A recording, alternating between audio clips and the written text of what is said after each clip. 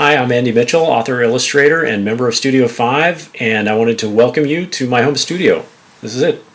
It's kind of small in here, as you can tell.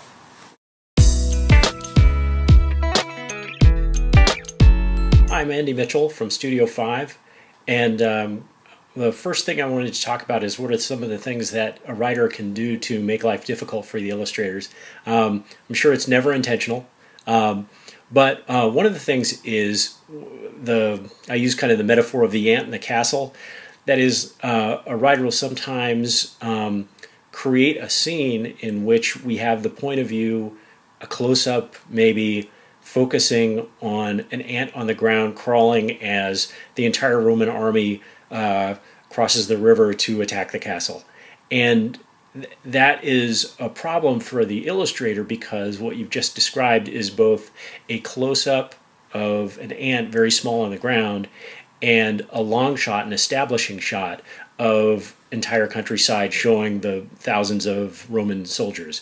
And so that can be the kind of thing where if a writer is aware of that, they can check themselves and kind of separate the concepts, and it's the kind of thing that shows up more, I think, in graphic novels and picture books as a problem than in chapter books, but something to be aware of. The other thing to be aware of that can make life difficult for the illustrator is just for the writers to be aware that they're at the front end of the publishing schedule. So if your book has a specific deadline, if the writer goes over, they're kind of at the front end of that production schedule. So when the writer is late, that makes everybody else late down the line, the illustrator, the designer, and the people who are actually packaging the book. So that's something to be aware of too, is the entire schedule and your role, how you fit into that entire schedule.